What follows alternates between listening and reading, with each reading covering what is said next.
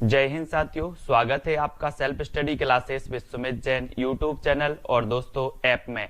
दोस्तों बहुत सारे स्टूडेंट को ऐप डाउनलोड नहीं करते बन रहा है या फिर कर भी लिया है तो कोर्स भी नहीं देख पा रहे हैं।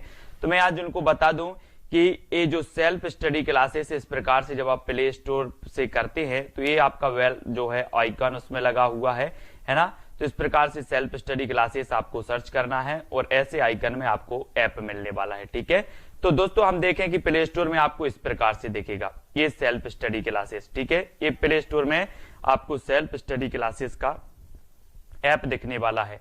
ठीक है, ये इमेज उसमें डली है, ये आइकन, ये लोगो उसमें डला है। ठीक है, अब दोस्तों इसको इंस्टॉल करना है, यहां से आप इंस्टॉल करेंगे। ठीक है, अब इंस्टॉल करेंगे तो वहां पर आपको नंबर मांगेगा, जीमेल नंबर मांगेगा, तो आपको ओटीपी आएगा, तो आप रजिस्टर करके आगे बढ़ेंगे। ठीक दोस्तों, आज हम पढ़ने वाले हैं वाक्य विचार के बारे में और आपने हमें महान कर दिया यह कैसा वाक्य है। आपसे बनता होगा कि वाक्य जो होते हैं, वाक्य कितने प्रकार के होते हैं।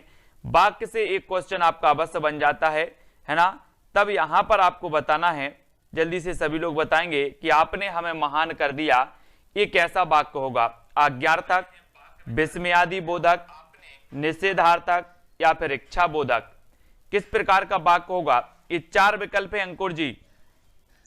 आपने हमें महान कर दिया यह कैसा वाक्य है, ये कैसा वाक्य हो जाएगा। आपने हमें महान कर दिया, यहां पर चार विकल्प हैं और चार में से आपका यहां पर बिल्कुल सही आंसर होगा। क्या होगा दोस्तों, आपने हमें महान कर दिया, तो ये क्या होगा।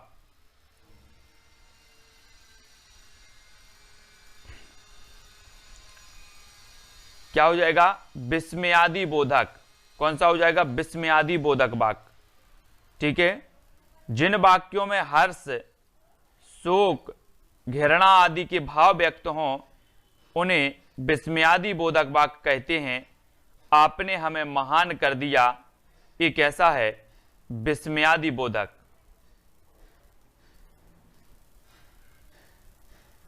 ठीक है, अगला क्वेश्चन आपको बताना है अर्थ की दृष्टि से वाक्य के कितने भेद होते हैं। अर्थ की दृष्टि से वाक्य के कितने भेद होते हैं।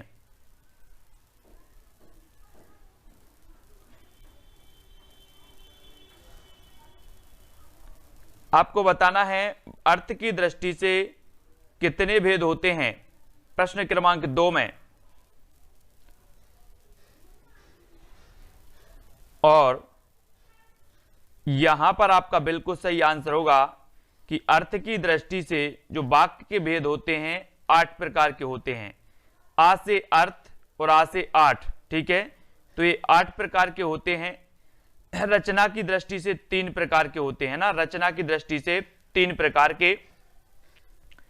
ऐसा सार्थक शब्द समूह जो व्यवस्थित हो तथा पूरा आस प्रकट कर सके वाक्य कहलाता है। वाक्यों का वर्गीकरण 2 दृष्टियों से होता है, अर्थ की दृष्टि से तथा रचना की दृष्टि से। ठीक है, अर्थ की दृष्टि से वाक्य 8 प्रकार के विधिवाचक, निषेधवाचक, आज्ञावाचक, प्रश्नवाचक, विस्मयवाचक, संदेहवाचक और इच्छावाचक होते हैं। ठीक है, और रचना की दृष्टि से सरल और मिश्र और संयुक्त, ये रचना की दृष्टि से 3 प्रकार के होते हैं और अर्थ की दृष्टि से 8 प्रकार के होते हैं। ठीक है, अगला आपको बताना है कि जिस वाक्य में एक उद्देश्य और एक विधेय होता है वह वाक्य क्या कहलाता है, उस वाक्य को क्या कहते हैं। मिश्र वाक्य, आश्रित वाक्य, संयुक्त वाक्य या फिर सरल वाक्य। तो जिस वाक्य में एक उद्देश्य और एक विधेय होता है उस वाक्य को क्या कहा जाता है। 4 विकल्प हमने पढ़ा था कि सर जो सरल वाक्य होता है, सरल वाक्य, इसमें एक विधेय होता है ना, और एक उद्देश्य होता है। ठीक है, तो जिस वाक्य में एक उद्देश्य और एक विधेय हो उसे कहते हैं हम सरल वाक्य। ठीक है, तथा एक क्रिया होती है, एक कर्ता होता है, उसे साधारण या सरल वाक्य कहते हैं। जैसे बिजली चमकती है, पानी बरसा, जबकि मिश्र वाक्य में मुख्य उद्देश्य विधेय के अलावा एक अधिक सामायिक क्रियाएं होती हैं, है ना।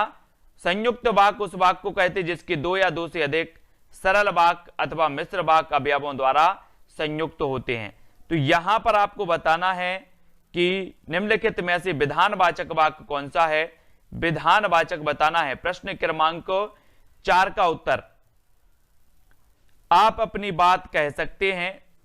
अब तक वह सो गया होगा, वह ना तो स्वयं सोता है न किसी और को सोने देता है, जाड़े की धूप बहुत प्यारी लगती है। विधानवाचक वाक्य बताना है। प्रश्न क्रमांक 4 में कौन सा हो जाएगा विधानवाचक वाक्य। वाक्य से भी क्वेश्चन पूछे जाते हैं और यहां पर आपको विधानवाचक वाक्य का चयन करना है। तब आपका यहां पर बिल्कुल सही आंसर क्या हो जाएगा कि जाड़े की धूप बहुत प्यारी लगती है, जाड़े की धूप बहुत प्यारी लगती है ना, वो आपका डी नंबर बिल्कुल सही हो जाएगा, डी नंबर। ठीक है, वाक्य अनेक प्रकार के हो सकते हैं। इनमें से विधानवाचक वाक्य क्या है, जिन वाक्यों में क्रिया के करने या होने की सूचना मिलती है उन्हें विधानवाचक वाक्य कहते हैं। जैसे जाड़े की धूप बहुत प्यारी लगती है, तो विधानवाचक वाक्य में क्या होता है, क्रिया के करने या होने की सूचना मिलती है, क्रिया के करने या होने की। तो जाड़े की धूप बहुत प्यारी लगती है ना। तो यहां पर आपका विधानवाचक वाक्य हो जाएगा आपकी यात्रा मंगलमय हो। वाक्य किस प्रकार का है, आपकी यात्रा मंगलमय हो, किस प्रकार का वाक्य है, लोकेंद्र जी है ना, मुस्कान जी, कमला जी, आर बाय सभी लोग बताएंगे कि जाड़े आपकी यात्रा मंगलमय हो। अपन कई बार पढ़ते ना कि सर ये तो इच्छावाचक है, कैसा है, इच्छावाचक, यानी सी नंबर इच्छावाचक बिल्कुल सही होगा। ठीक है, फिर यहां पर हम बात करते हैं दोस्तों इच्छावाचक की, कि जिन प्रश्न में दिया गया वाक्य आपकी यात्रा मंगलमय हो, इच्छावाचक वाक्य है। और जिन वाक्यों में इच्छा, आशीष, शुभकामना आदि का ज्ञान होता है उन्हें इच्छावाचक वाक्य कहते हैं। जैसे भगवान तुम्हें लंबी उम्र दे, आपकी यात्रा मंगलमय हो, तुम्हारा कल्याण हो। तो इच्छा, आशीष और शुभकामनाएं जहां पर दी जाती हैं वो इच्छावाचक वाक्य होते हैं। ठीक है, मैं भी आपके साथ चलता किंतु मेरा स्वास्थ्य ठीक नहीं है, यह उदाहरण वाक्य के किस भेद पर आधारित है, संज्ञा उपवाक्य के, मिश्र वाक्य के, संयुक्त वाक्य के, या इनमें से कोई नहीं। मैं भी आपके साथ चलता किंतु मेरा स्वास्थ्य ठीक नहीं है।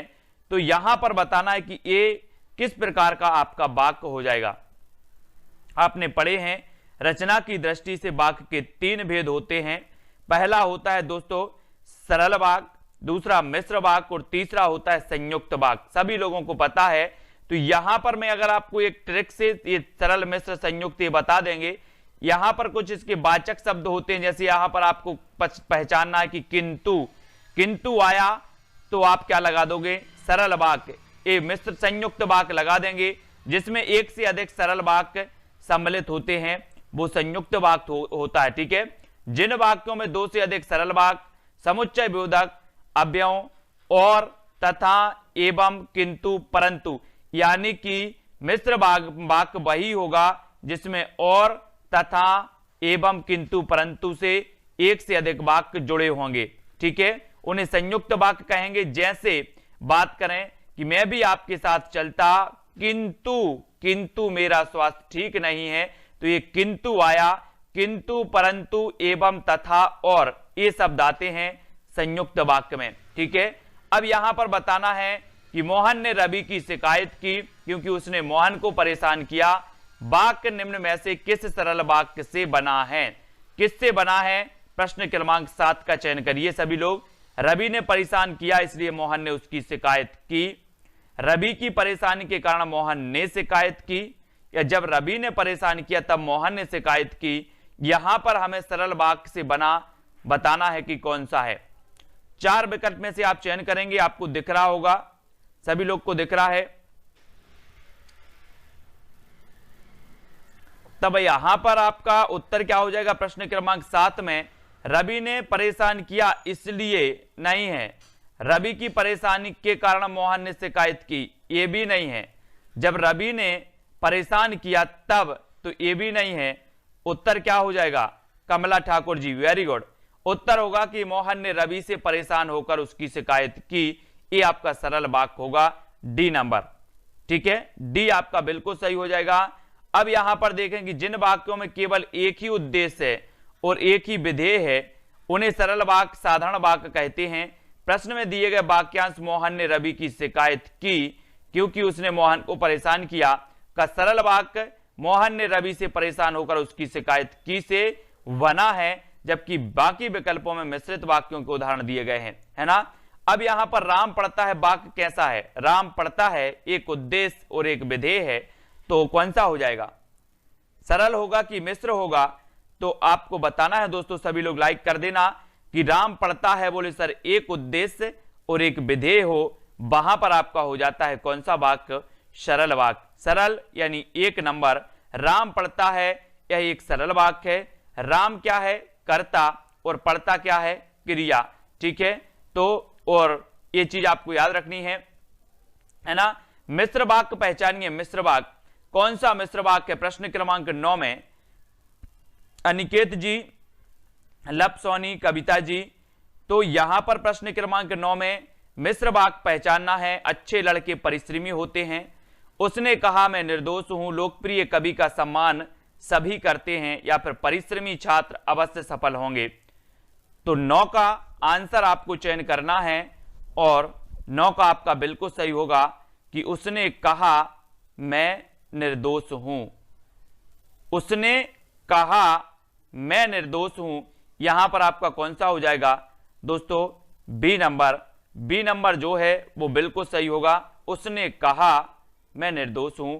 ये मिश्र वाक्य है। जिन वाक्यों में एक मुख्य या प्रधान वाक्य हो, अन्य आश्रित उपवाक्य उन्हें मिश्रित वाक्य कहते हैं, है ना। इनमें एक मुख्य उद्देश्य और मुख्य विधेय के अलावा एक से अधिक समापिका क्रियाएं भी होती हैं। उपरोक्त वाक्य मिश्रित का मिश्र वाक्य है, यानी कि उसने कहा मैं निर्दोष हूं, मैं निर्दोष हूं, है ना, उसने कहा। ठीक है, तो एक से अधिक वाक्य जहां पर जुड़े रहते हैं वहां पर आपका क्या हो जाता है दोस्तों, मिश्र वाक्य हो जाता है। ठीक है, यहां पर हम देखते हैं अगला जो है, अरे मुझे तो ऐसी उम्मीद नहीं थी, अर्थ की दृष्टि से कौन सा वाक्य है। अरे मुझे तो ऐसी उम्मीद नहीं थी, अर्थ की दृष्टि से वाक्य क्या है, संदेहवाचक, संकेतवाचक, विस्मयवाचक या फिर प्रश्नवाचक। तो कौन सा हो जाएगा, अरे मुझे तो ऐसी उम्मीद नहीं थी, अर्थ की दृष्टि से ये जो उत्तर हो जाएगा। अर्थ की दृष्टि से वाक्य 8 प्रकार के होते हैं और यहां पर हो जाएगा आपका कौन सा, विस्मय सूचक। विस्मय सूचक उपरोक्त वाक्य अर्थ की दृष्टि से विस्मय वाचक वाक्य है। जिन वाक्यों से आश्चर्य, घृणा, क्रोध, शोक, है ना, आदि भावों की अभिव्यक्ति होती है उन्हें विस्मय सूचक कहते हैं। यहां पर अरे मुझे तो ऐसी उम्मीद नहीं थी, मतलब यहां पर क्या हो गया, आश्चर्य हो गया कि आश्चर्य का काम। तो आश्चर्य के भाव हो रहे हैं या फिर घृणा के भाव, क्रोध के भाव या शोक के भाव, इस प्रकार से अगर भाव आते हैं वाक्य में तो वहां पर आपका विस्मय सूचक हो जाता है, विस्मय वाचक वाक्य हो जाता है। ठीक है, फिर नेक्स्ट आपको बताना है कि कमल मोहन के लिए गेंद लाता है, वाक्य में प्रयुक्त कारक कौन सा है, प्रयुक्त कारक बताना है। प्रश्न क्रमांक 11 में मोहन के लिए गेंद लाना, तो उत्तर आपका क्या होगा, कमल मोहन के लिए गेंद लाता है, वाक्य में प्रयुक्त कारक कौन सा हो जाएगा, कारक बताना है। तो हमने पढ़ा है ना, क्या पढ़ा है कि जो के लिए है, के लिए ये क्या है, कारक है, यानी बी नंबर। ठीक है, बी नंबर जी है, बिल्कुल सही है। वाक्य में प्रयुक्त कारक के लिए है, जिसके लिए क्रिया की जाती है अथवा जिसे कोई वस्तु दी जाती है, वहां संप्रदान कारक होता है, संप्रदान कारक होता है। इसका विभक्ति चिन्ह क्या है, के लिए। ठीक है, के लिए। अरे आप भी हैं, वाक्य को अर्थानुसार पहचानिए। अरे आप भी हैं संदेहार्थक है, संकेतार्थक है, विस्मय बोधक है या फिर प्रश्नार्थक वाक्य है। कौन सा वाक्य यहां पर हो जाएगा, पूजा जी कौन सा वाक्य है, अंजू शास्त्री। अरे आप भी हैं, वाक्य को अर्थानुसार पहचानना था, तो यहां पर आपका बिल्कुल सही आंसर होगा कौन सा, विस्मय बोधक, है ना। अरे आप भी हैं विस्मय बोधक वाक्य है। जिन वाक्यों से आश्चर्य, घृणा, क्रोध, शोक आदि भावों की अभिव्यक्ति हो वो विस्मय सूचक वाक्य होते हैं। एक क्वेश्चन भी पूछा जाता है ना। अब आपको बताना है निकेतन कि पूर्ण वाक्य के अनिवार्य संगठन है तो कौन है? उद्देश्य और क्रिया, कर्ता और कर्म, उद्देश्य और विधेय, क्रिया और कर्ता। तो अमरजीत जी, पूर्ण वाक्य के अनिवार्य संगठक कौन से होते हैं? पूर्ण वाक्य के, तो यहां पर पूर्ण वाक्य के जो अनिवार्य संगठक होते हैं वो होते हैं दोस्तों कौन से? उद्देश्य और विधेय। उद्देश्य और विधेय ये पूर्ण वाक्य के अनिवार्य संगठक होते हैं, यानी कि वह पूर्ण वाक्य होगा जिसमें उद्देश्य हो और विधेय हो, है ना, वही पूर्ण वाक्य कहलाएगा। पूर्ण वाक्य के अनिवार्य संगठक उद्देश्य और विधेय हैं। जिसके बारे में बात की जाए इसे उद्देश्य कहते हैं, जिसके बारे में बात की जाए उसे उद्देश्य कहते हैं, तथा जो बात की जाए उसे विधेय कहते हैं, है ना। क्या तुम लड्डू खाओ, वाक्य कर्म वाच्य में होगा, क्या होगा? कर्म वाच्य में ये कौन सा बन जाएगा दोस्तों? कर्म वाच्य भी आपने पढ़े हैं, यहां पर है कि क्या तुम लड्डू खाओगे, खाओगे, है ना। तो यहां पर हमें कर्म वाच्य बनाना है, और आपने पढ़े हैं कर्तरी, कर्म, भाववाच्य, ये 3 प्रकार के वाच्य होते हैं। और वाच्यों की जब बात आती है तो जब कर्म वाच्य की बात आती है तो यहां पर है क्या तुमसे लड्डू खाया जाएगा, क्या तुमसे लड्डू खाया जाएगा, यानी बी नंबर आपका बिल्कुल सही होगा। क्या तुमसे लड्डू खाया जाएगा, एक कर्म वाच्य। यहां पर देखो, जिस वाक्य में कर्म प्रधान होता है उसे कर्म वाच्य कहते हैं। उक्त वाक्य में बा, क्या तुमसे लड्डू खाया जाएगा, ये क्या है? कर्म वाच्य है। बा नंबर जो आया है क्या तुमसे लड्डू खाया जाएगा, ये कर्म प्रधान है यहां पर। और कर्म प्रधान जहां पर होता है वहां पर कौन सा हो जाता है? कर्मवाचक। कौन सा हो जाता है दोस्तों? कर्मवाचक। जहां कर्ता की प्रधानता हो वहां पर कर्तरी होता है, कर्तरीवाच्य। और जहां पर भावों की प्रधानता हो वहां पर भाववाच्य होता है ना। तुम क्या कर रहे हो, इस वाक्य का विधिवाचक क्या होगा? तुम क्या कर रहे हो? अधिकांश लोग पूछते हैं, आप जब भी बात करते हैं, फोन में करते या कहीं पर अपन बोलते हैं ना, तुम क्या कर रहे हो, है ना। तो ये आपको विधिवाचक वाक्य इसका कौन सा होगा ये भी आपको बताना है। विधिवाचक, जहां पर कुछ करने और कुछ होने की बात होती है वहां पर आपका विधिवाचक हो जाता है। जहां पर कुछ करने और कुछ होने की, तो तुम क्या कर रहे हो, इसका विधिवाचक वाक्य बनाना है तो हम पूछ लेंगे तुम कुछ कर रहे हो, तुम कुछ कर रहे हो। तो जहां पर करने और होने की बात होती है वहां पर विधिवाचक वाक्य होता है ना। और दोस्तों यहां पर जिन वाक्यों में क्रिया के होने या करने का बोध हो वहां पर आपका विधिवाचक वाक्य होगा, है ना। ये भी आपको याद रखना है। और इसमें तुम कुछ कर रहे हो ये विधिवाचक हो जाएगा, यानी आपका उत्तर क्या हो जाएगा? बी नंबर हो जाएगा। सी के पंकज जी इसको याद रखेंगे बी नंबर को, ठीक है। फिर आगे देखते हैं, आगे जो अपना एक प्रश्न है कि निम्न में से किस वाक्य में शब्द निर्माण संबंधी अशुद्धि है? शब्द निर्माण संबंधी अशुद्धि कौन से वाक्य में है? वे एक लब्ध प्रतिष्ठित व्यक्ति हैं, उनकी आपस में घनिष्ठ मित्रता है, मित्रता थी, भारत में कई प्रादेशिक भाषाएं हैं, लड़के खेल रहे हैं। अब आपको बताना है दोस्तों यहां पर कि वाक्य में शब्द निर्माण संबंधी जो अशुद्धि है वो कौन सी है? हमें चयन करना है यहां पर। और बालसुधा जी, सोनम पांडे जी, जो उत्तर इसका सही हो जाएगा 16 का वो हो जाएगा 1 नंबर। कौन सा है? शब्द निर्माण संबंधी अशुद्धि एक वाक्य में है, वे एक लब्ध प्रतिष्ठित व्यक्ति हैं। 1 नंबर आपका बिल्कुल सही हो जाएगा, ए नंबर। धर्मेंद्र जी, ठीक है। अंकुर जी, ए नंबर सही है। उनकी आपस में घनिष्ठ मित्रता है, सही है, भारत में कई प्रादेशिक भाषाएं हैं, लड़के खेले, तो ए नंबर आपका बिल्कुल सही हो जाएगा। हे भगवान मेरी रक्षा कीजिए, हे भगवान मेरी रक्षा कीजिए वाक्य में कारक पहचानिए, संबंध कारक, संप्रदान कारक, संबोधन या फिर कर्म कारक, ये बताना है हमें। हे भगवान मेरी रक्षा कीजिए, इसमें जो वाक्य है वो कौन सा है? हम बोलते ना कि वो है संबोधन। हम क्या कर रहे हैं? संबोधन कर रहे हैं, यानी सी नंबर आपका बिल्कुल सही होगा। संबोधन कारक जिसमें किसी को बुलाने अथवा सचेत करने का भाव प्रकट होता है उसे संबोधन कारक कहते हैं, है ना। ये आपको याद रख लेना। और ये संबोधन चिन्ह आपको इस प्रकार से लगा जाता है, हे भगवान मेरी रक्षा करना, है ना। तो संबोधन कारक हो जाएगा ओह मेरा सिर फटा जा रहा है, ओह मेरा सिर फटा जा रहा है। वाक्य को अर्थ की दृष्टि से पहचानना है तो कौन सा हो जाएगा? ओह मेरा सिर फटा जा रहा है, यहां पर वाक्य कौन सा होगा? और 18 का बिल्कुल सही बताया है कि यहां पर हो जाएगा विस्मय वाचक, है ना। उपरोक्त वाक्य अर्थ की दृष्टि से विस्मय वाचक वाक्य है। जिन वाक्यों में आश्चर्य, घृणा, क्रोध, शोक आदि के भाव अभिव्यक्त हों उसमें विस्मय वाचक वाक्य होता है, ठीक है। भगवान करे तुम जल्दी अच्छे हो जाओ, उदाहरण कैसा है? विधिवाचक है, संकेत है, इच्छा से आप बोल रहे हो, या विस्मय वाचक है? भगवान करे तुम जल्दी हो ठीक हो जाओ, किसी के प्रेशर में तो नहीं बोल रहे। बोले सर किसी के प्रेशर में नहीं बोल रहे, हम अपनी इच्छा से बोल रहे हैं कि भगवान करे तुम जल्दी ठीक हो जाओ। तो इच्छा से बोल रहे तो इच्छावाचक वाक्य होगा। क्या होगा? इच्छावाचक वाक्य।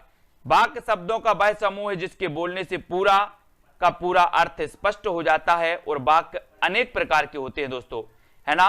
आपको पता है अर्थ के आधार पर वाक्य 8 प्रकार के, रचना के आधार पर वाक्य 3 प्रकार के। मैंने आपको कई बार बताया है कि आ अर्थ में जब हम अर्थ लिखते हैं तो यहां पर आ आता है पहले, आ से अर्थ और आ से 8 भी लिखो तो 8, तो अर्थ के आधार पर 8। और जब हम रचना लिखते हैं, ये प्रश्न भी कई बार पूछा गया, तो रचना में 3 वर्ण आते हैं, 3 वर्ण आते हैं। तो रचना की दृष्टि से 3 प्रकार के, अर्थ की दृष्टि से 8 प्रकार के, रचना की दृष्टि से 3 प्रकार के। उसका मुख चंद्रमा के समान सुंदर है। इस वाक्य में साधारण धर्म कौन सा है? तो आपने चयन भी कर लिया है कि साधारण जो धर्म है वो है दोस्तों चंद्रमा। साधारण धर्म क्या है? चंद्रमा। उसका मुख चंद्रमा के समान है, समान सुंदर है। इस वाक्य में जो साधारण धर्म है, धर्म वो क्या है? चंद्रमा है, क्योंकि चंद्रमा के समान सुंदर है। तो साधारण धर्म जो है वो क्या है? चंद्रमा, ठीक है। ये चीज आपको याद रख लेनी। उन्होंने राह में कांटे बिखेर दिए और स्वयं कुंज की ओट में छिप गए। वाक्य का कौन सा प्रकार है? वाक्य का प्रकार चयन करना हमें 21 में। सभी लोग लाइक जरूर कर देंगे। रात में 11 बजे भी अपनी जीके की क्लास होती है, वो भी जरूर अटेंड करें, है ना। और दोस्तों 4 बजे नेक्स्ट क्लास विज्ञान की होगी और करंट अफेयर्स का वीडियो भी सुबह आ रहा है, उनको भी देखें। 7 बजे एक एमपी जीके का ओल्ड वीडियो भी आता है, वो भी जरूर देखें, उससे भी आपका रिवीजन होगा। उन्होंने राह में कांटे बिखेर दिए और स्वयं कुंज की ओट में छिप गए। ये जो वाक्य है दोस्तों, ये संयुक्त वाक्य है। बिखेर दिए और स्वयं कुंज की ओट में छिप गए, ये आपका मिश्रित नहीं होगा, ये आपका संयुक्त होगा। संयुक्त यानी कि सी नंबर इसका सही हो जाएगा। अधिकांश लोगों ने डी बता दिया, ये डी नहीं है दोस्तों, ये सी है 21 का। उन्होंने राह में कांटे बिखेर दिए, स्वयं कुंज की ओट में छिप गए। वाक्य संयुक्त वाक्य का उदाहरण है। अनेक या दो से अधिक स्वतंत्र उपवाक्यों का समूह जो अर्थ के लिए एक दूसरे पर क्या हो? आश्रित हो, संयुक्त वाक्य कहलाते हैं। जबकि साधारण वाक्य उसे कहते हैं जिसमें एक उद्देश्य और एक विधेय होता है ना। तो यहां पर एक और शब्द आया है, कौन सा? और आया है, तो और से ही आप पहचान जाते कि सर ये क्या है? संयुक्त वाक्य है। इसके कुछ वाचक शब्द होते हैं, तो इनको भी आपको अभी अपन ने पढ़ा था ना कि संयुक्त वाक्य में कौन कौन से आते हैं, है ना, वो पढ़ा था। किंतु, परंतु, और, तथा, एवं, ये जो शब्द आते हैं ये वाक्य में अगर आ गए तो मान के चलो कि वो संयुक्त वाक्य है। सीधी सी अगर आपको समझ में नहीं आता तो ठीक है। फिर आगे से यहां पर देखते हैं दोस्तों कि निम्न में से मिश्र वाक्य कौन सा है? मैंने आश्चर्य से कहा कीड़े, है ना, उसने नीना का विरोध नहीं किया और बड़े धैर्य और लगन के साथ मौके का इंतजार करता रहा। अब मुझे पूरी बात समझ में आ गई, आखिर क्या कहना चाह रहा है। तो मिश्रित वाक्य आपको बताना है कि कौन सा हो जाएगा। मिश्रित वाक्य यानी कि आपका प्रश्न क्रमांक 22 का उत्तर क्या हो जाएगा?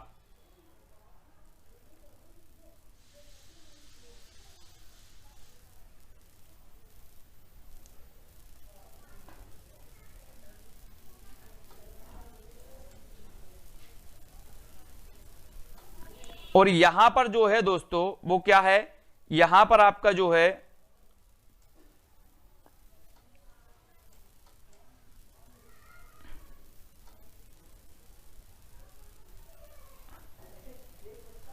यहां पर आपको मिश्रित वाक्य की पहचान करनी है। तो यहां पर ये तो आपका क्या है, संयुक्त होगा, ये गलत लिख गया है यहां पर, है ना। ये यहां पर जो है दोस्तों वो उत्तर गलत लिख गया है। देखो यहां पर कि जिन वाक्यों में दो या दो से अधिक सरल वाक्य समुच्चय बोधक अव्ययों और तथा पर परंतु आदि से जुड़े हों उन्हें संयुक्त वाक्य कहते हैं। जैसे उसने मीना का विरोध नहीं किया और बड़े धैर्य से साथ, ये आपका एक संयुक्त वाक्य हो जाएगा, है ना। यहां पर मिश्र पूछा गया है तो यहां पर मिश्र का उदाहरण भी नहीं है, ठीक है, ये संयुक्त हो जाएगा, संयुक्त, है ना। इस प्रकार से संयुक्त वाक्य। मिश्र वाक्य किसे कहते हैं ये बताना है 23 का आंसर। जिनमें एक ही कर्ता और एक ही क्रिया होती है, जिनमें एक से अधिक प्रधान उपवाक्य हों और वे संयोजक अव्यय से जुड़े हों, जिनमें एक साधारण वाक्य तथा उसके अधीन दूसरा उपवाक्य हो या उपरोक्त में से कोई नहीं। तो मिश्र वाक्य किन्हें कहते हैं ये चीज हमें बतानी है। हाँ लोकेंद्र जी, 23 मिश्र वाक्य किसे कहते हैं, मिश्र वाक्य आपको बताना है।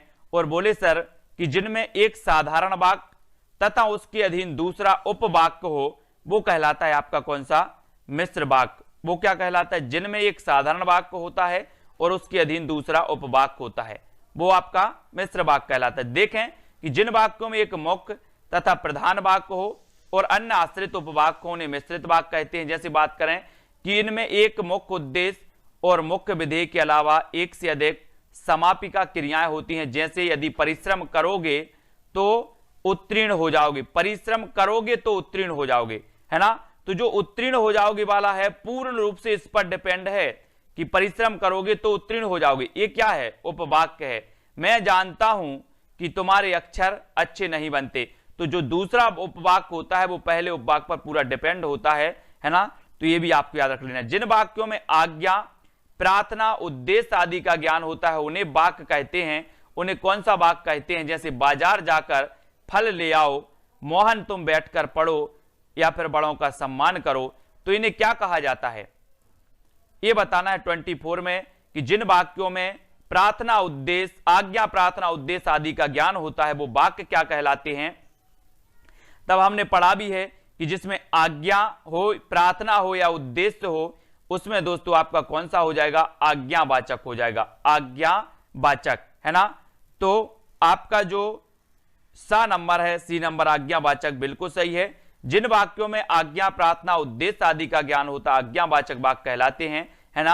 अब आपको बताना है कि या तो तुम सुधर जाओ या विद्यालय से निकल जाने के लिए तैयार रहो।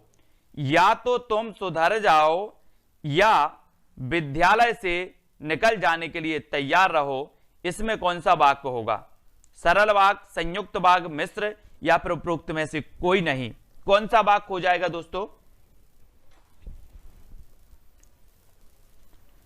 और यहां पर अपन ने देखा कि सर हमने अब भी ऊपर पढ़ा था कि संयुक्त वाक्य में या शब्द आया, या तो तुम सुधर जाओ या विद्यालय से निकल जाने के लिए तैयार हो जाओ, यानी कि एक से अधिक सरल वाक्य जहां पर जो होता है वो सही हो जाते, ठीक है।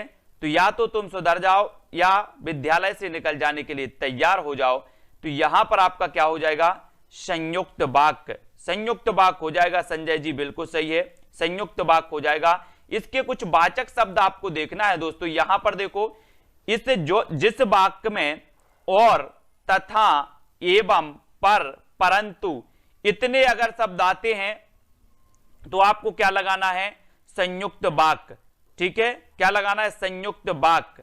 और वाक्य को भी आपको पढ़ लेना है थोड़ा सा, है ना, क्योंकि कभी कभी ये डिस्टर्ब भी हो जाता है, कभी कभी मतलब 5% भी नहीं, बाकी कभी कभी ये इसमें तथा या कुछ आ जाए या पर आ जाए तो कभी कभी ये वो हो जाता है अपवाद, है अपवाद हो जाता है ना। तो वाक्य को भी पढ़ लेना है, और तथा, एवं, पर, परंतु, ये अगर शब्द आ रहे हैं तो उनको मान के चलना है 95% की इसमें कौन सा होगा, संयुक्त वाक्य होगा। ठीक है, ये भी आपको देख लेना है, और, तथा, एवं, पर, परंतु। ठीक है, इस संयुक्त वाक्य का वाक्य की एक पहचान होती है ना। अब यहां पर देखें कि राम ने मोहन की गाड़ी खरीदी, इस वाक्य का मिश्र वाक्य में रूपांतर क्या होगा। गाड़ी खरीदी मोहन ने राम की, राम ने उस गाड़ी को खरीदा जो मोहन की थी, राम ने मोहन की गाड़ी खरीदी, या फिर उपरोक्त में कोई नहीं।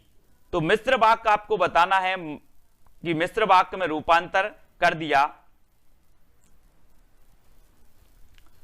तो यहां पर दोस्तों सामान्य सा क्वेश्चन है कि राम ने उस गाड़ी को खरीदा जो मोहन की थी, जो मोहन की थी, है ना। तो ये जो वाक्य दूसरा वाला है पूर्णतः इस पर डिपेंड है कि राम ने उस गाड़ी को खरीदा जो मोहन की थी। ये इस प्रकार से मिश्र वाक्य होता है। मिश्रित वाक्य की अगर बात करें तो उन वाक्यों को कहते हैं जिन वाक्यों में एक मुख्य प्रधान वाक्य हो और दूसरा अन्य आश्रित उपवाक्य हो, है ना।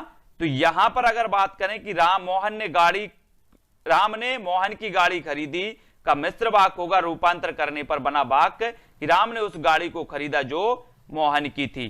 ठीक है, नेक्स्ट आपको बताना है कि जिन वाक्यों में क्रिया करने या होने की सूचना मिले उन्हें वाक्य कहते हैं। जैसे मैंने दूध पिया, क्रिया हो रही है, वर्षा हो रही है ना, राम पढ़ रहा है, तो इसमें हमें सूचना मिल रही है कि क्रिया हो रही है ना, क्रिया हो रही है। तो क्रिया होने का और दोस्तों जिन वाक्यों में क्रिया करने या होने का अगर बोध मिले, सूचना मिले, तो वहां पर जो हो जाता है अपना कौन सा हो जाता है, अपन पढ़ रहे हैं वो होता है विधानवाचक। विधानवाचक हो जाता है कांति जी, है ना, बिल्कुल सही, अंजू जी, किरण जी। जिन वाक्यों में क्रिया के करने या होने की सूचना मिले उन्हें विधानवाचक वाक्य कहते, जैसे मैंने दूध पिया या फिर वर्षा हो रही है।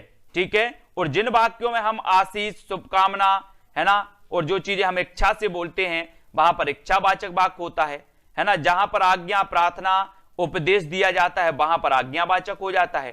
फिर 28 का आपको चयन करना है कि निम्नलिखित वाक्यों के लिए नीचे दिए गए विकल्पों में से वाक्य के प्रकार को चिन्हित करना है।